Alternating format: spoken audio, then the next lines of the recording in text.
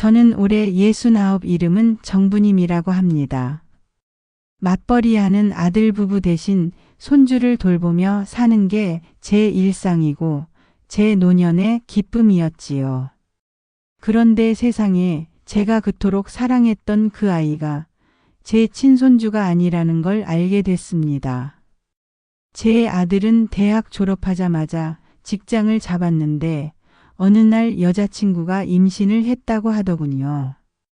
아직 자리도 잡기 전이라 놀라긴 했지만 아이는 축복이라 생각했습니다.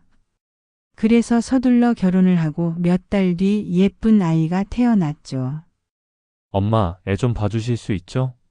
맞벌이 안 하면 우리 생활이 안 돼요. 그럼 내가 안 도와주고 누가 도와주겠니? 그렇게 손주를 돌보는 게 제 삶이 되었고 하루하루가 행복했어요. 아이 웃음이 그렇게 예쁠 수가 없더라고요. 그렇게 7년 아무런 의심도 없이 흘러갔습니다. 평일엔 아들 부부가 일하느라 제가 하윤이를 맡아 키웠습니다. 주말엔 아이를 안 봐도 됐지만 늘 반찬을 넉넉히 하다 보니 괜히 들고 가게 되더군요. 그날도 반찬통을 챙겨 아들 네 집에 갔습니다. 비밀번호를 알고 있었으니 별 생각 없이 그냥 눌러 들어갔지요. 거실에 있던 며느리가 놀란 얼굴로 말했습니다. 어머니, 갑자기 연락도 없이 오시면 어떡해요? 아무리 비밀번호를 아셔도 저희가 집에 있는데. 순간 내가 너무 아무렇지 않게 들어왔나 보다 싶었습니다. 그러다가도 속으로는 친정 엄마였어도 저럴까 하는 서운함이 스치더군요. 반찬 좀 해서 왔다. 냉장고에 넣어둘게. 아니에요. 어머니, 저희 살림은 제가 정리할게요. 그냥 두세요. 말투가 차갑게 느껴졌습니다. 주말이라 내가 연락도 없이 와서 그런가 보다 하고 스스로를 다독였지만 그 말이 마음을 깊게 긁고 지나갔습니다. 그날은 반찬만 두고 말없이 집을 나섰습니다. 걸음을 옮기는데 서운함이 좀처럼 가시질 않았습니다. 그날 이후 평소와 같은 하루하루가 지나가고 있었지만 진실은 뜻밖의 순간에 찾아왔습니다. 그날도 평소처럼 장바구니를 들고 동네 마트에 갔습니다. 반찬거리 사고 두부 한 모 챙기고 잠깐 벤치에 앉아 쉬는데 동네 아줌마 미자가 다가와 수군거리듯 말을 꺼냈습니다. 부님씨, 저 아래 집 은호네 알지? 글쎄 은호가 친자식이 아니었대. 애가 크면 클수록 아빠랑 닮은 데가 하나도 없었잖아. 주변에서도 아빠 닮은 데가 하나도 없네 하고 계속 얘기하니까 결국 은호 아빠가 엄마 몰래 유전자 검사를 보냈다지 뭐야. 그런데 웬일이야. 검사 결과가 진짜로 친자가 아니다라고 나왔다는 거야. 지금 그 집 난리도 아니래. 저는 참 별일도 다 있구나 하며 고개를 끄덕였지만 집으로 돌아오는 길 그 얘기가 자꾸 마음을 붙잡았습니다. 그리고 어느 순간 제 속에서 작은 의심이 스멀스멀 올라왔습니다. 그날 이후로 괜히 손주 얼굴을 자꾸 들여다보게 됐습니다.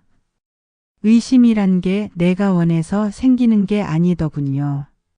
스스로를 다잡으려 해도 자꾸만 마음이 흔들렸습니다. 그러던 어느 날 유치원에서 손주를 데려와 놀이터에서 놀고 있었습니다. 그런데 아이가 그네를 타다 손가락이 줄에 끼어 손톱이 까맣게 변했습니다. 저는 놀란 가슴을 쓸어안고 동네 정형외과로 달려갔습니다. 응급처치를 마치고 의사가 손톱이 빠질 수도 있지만 크게 걱정하실 정도는 아니다라고 했습니다. 그때서야 긴장이 풀리고 며느리에게 연락을 해야겠다는 생각이 들더군요. 치료가 끝난 뒤 며느리에게 전화를 걸었습니다. 어쩌다가. 알겠어요. 이따 빨리 퇴근해서 갈게요. 말끝을 흐리더군요. 그날 저녁 며느리가 집에 오자마자 아이 손부터 살폈습니다. 저를 쳐다보지도 않고 차갑게 말했습니다. 어머니, 이제 집에 가셔도 돼요. 저는 순간 당혹스러웠습니다. 그래도 상황을 설명하려고 했습니다. 그네 타다가 손가락이 줄에 끼어서 이미 다친 걸 어쩌겠어요. 다음부터는 한눈 안 파셨으면 좋겠어요. 그 말에 너무 어이가 없었습니다. 사고는 한순간인데 마치 제가 잘못해서 다치게 만든 것처럼 몰아세우는 기분이었습니다. 억울했지만 아이가 다친 게 제 탓 같아 더는 말을 잇지 못했습니다. 그래, 다음엔 조심하마. 짧게 대답하고 집을 나섰습니다. 그날 밤 저는 괜히 마음이 더 무거워졌습니다. 내가 괜한 오해를 하는 걸까 싶다가도 며느리의 차가운 말투가 계속 떠올라 마음 한쪽이 더 흔들렸습니다. 다음 날 손주를 유치원에서 데리고 집으로 돌아오는데 괜히 아이 얼굴이 다시 눈에 들어왔습니다. 아들 태수는 쌍꺼풀이 진하고 며느리 역시 눈매가 또렷한데 손주는 이상하게도 무쌍, 눈매도 전혀 닮은 구석이 없었습니다. 뭐 윗대에서 닮은 걸 물려받았겠지 하고 애써 웃어 넘겼지만 그날 이후로 자꾸만 작은 것 하나하나가 마음에 걸렸습니다. 의심이란 게 제가 원해서 키운 게 아니었습니다. 어느 순간부턴가 오히려 그 의심이 저를 집어삼키고 있더군요. 결국 저는 아들 집에 갔다가 손주의 머리카락 몇 올과 아들 칫솔을 조심스레 챙겼습니다. 아무도 모르게 지퍼백에 담는 순간 심장이 입 밖으로 튀어나올 것처럼 뛰었습니다. 내가 지금 무슨 짓을 하는 거지? 죄책감과 두려움이 한꺼번에 밀려왔지만 멈출 수가 없었습니다. 집으로 돌아오는 길 손에 쥔 작은 지퍼백이 어찌나 무겁던지 발걸음 하나하나가 돌덩이를 끄는 것처럼 느껴졌습니다. 일주일 뒤 검사 결과가 도착했습니다. 열어보기 전부터 가슴이 철렁 내려앉아 한참을 망설이다가 조심스레 문서를 펼쳤습니다. 눈에 들어온 글씨는 단순했습니다. 부자관계 아님.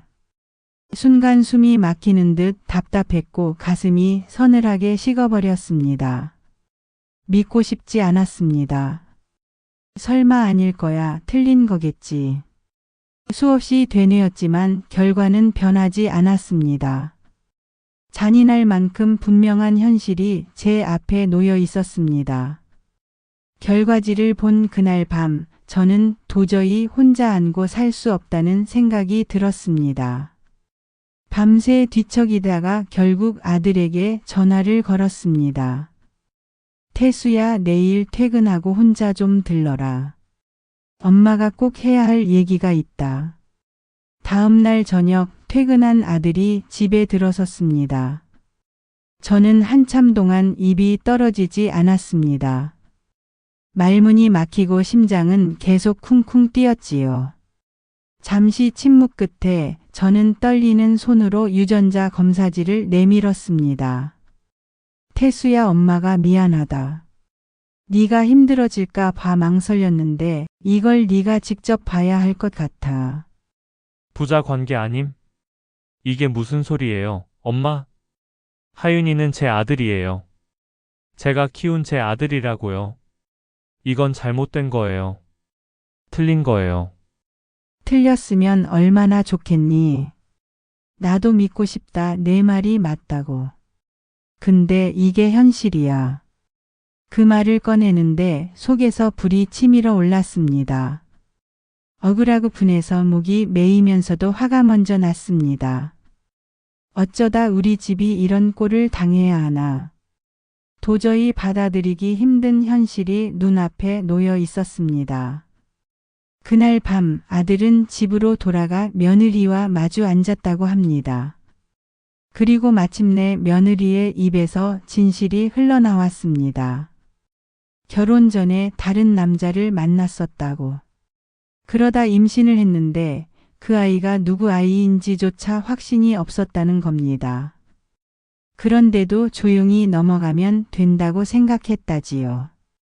왜냐면 그 남자도 우리 태수도 둘 다 혈액형이 같았으니까요. 아무도 의심 안 할 거다. 절대 들키지 않을 거다. 그렇게 계산하면서 결혼을 밀어붙였던 겁니다. 그 말을 듣는데 제 속이 부글부글 끓었습니다. 그동안 우리가 부어온 정, 믿음, 사랑 그 모든 걸 발로 짓밟은 거잖아요. 그 순간 느껴진 건 슬픔보다 분노였습니다. 내 가슴을 송곳으로 쑤셔 넣는 것처럼 아프고 한편으론 어떻게 우리 가족을 이렇게 가지고 놀 수 있나 하는 생각에 치가 떨렸습니다. 사랑이라고 믿었던 모든 시간이 한순간에 무너져 내렸습니다. 남의 집 웃음거리가 된 것 같아 분하고 억울해서 미칠 지경이었습니다. 그날 밤 저는 잠 한숨을 못 잤습니다.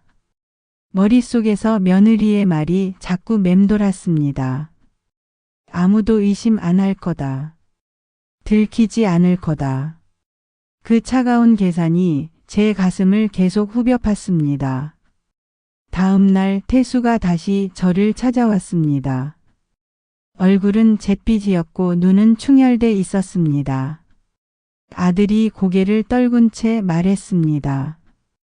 엄마 세연이가 잘못한 건 알아요. 근데 저는 이혼 못해요. 세연이 없이 하윤이 없이 저는 살 수가 없어요. 태수야, 내가 지금 무슨 소리를 하는 줄은 아냐. 너를 속이고 우리 가족을 우롱한 여자를 여전히 붙잡고 싶단 거냐. 엄마 세연이가 잘못한 건 맞지만 하윤이는 제 아이예요.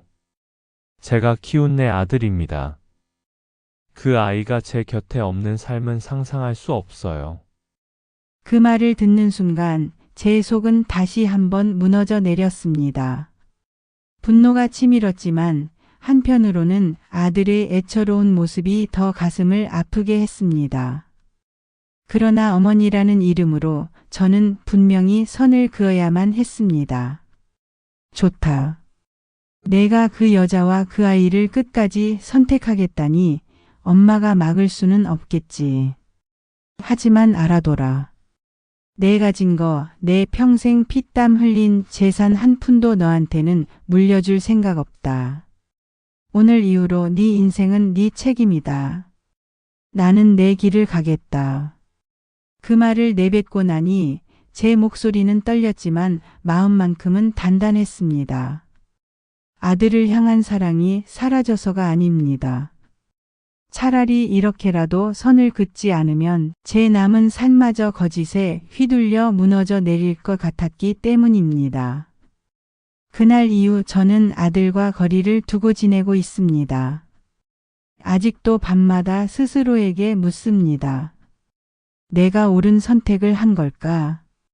아들에게 너무 가혹한 말을 한 건 아닐까? 손주는 아무 죄가 없는 아이인데 그 아이 얼굴을 떠올리면 가슴이 무너지고 또 며느리의 차가운 말이 귓가에 맴돌면 분노가 다시 치밀어 오릅니다. 여러분, 저는 제 자존심과 제 삶을 지키기 위해 이 길을 택했습니다. 하지만 과연 이게 최선이었을까요?